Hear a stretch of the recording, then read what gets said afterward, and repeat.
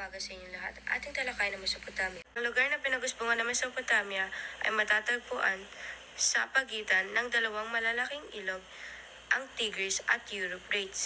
Ito ay isang sinaunang rehiyon na matatagpuan sa Timog Kanlurang Asya, kung saan itatag ang mga unang sibilisasyon sa kasaysayan.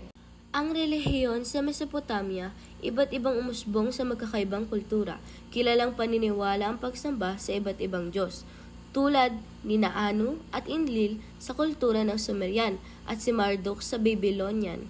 Mahalaga ang mga templo gaya ng ziggurat kung saan isinagawa ang ritual at pag-aalay. Ang Mesopotamian ay may kakaibang pananampalataya sa mga kaharian ng mga Diyos na itinuturing nilang mahalaga para sa kaayusan ng lipunan. Matatag na pamahalaan, ang mga lungsod-estado sa Mesopotamia tulad ng Sumer, Akkad at Babylon ay kilala sa kanilang matatag na mga sistema ng pamahalaan. Ito ay nagdala ng mahusay na mga sistema ng batas, pamumuno at pagsusulat at naging modelo para ang mga sumunod na sibilisasyon sa kasaysayan ng Mesopotamia.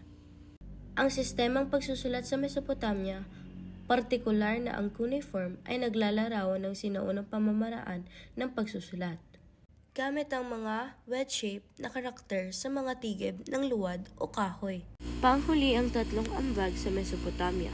Ang ziggurat ay isang piramidang templo sa Mesopotamia. Ito ay naglalarawan ng mataas na antas ng arkitektura at relihiyosong kahalagahan sa kulturang Sumerian.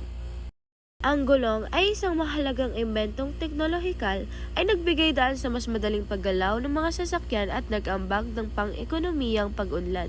Ang Hanging Gardens of Babylon ay kilalang taniman sa halamanan. Ito ay nagbigay ng kagandahan at kaguluhan sa kasaysayan ng arkitektura. Ito ay nagbigay ng simbolo ng yaman sa sinaunang Babylonia.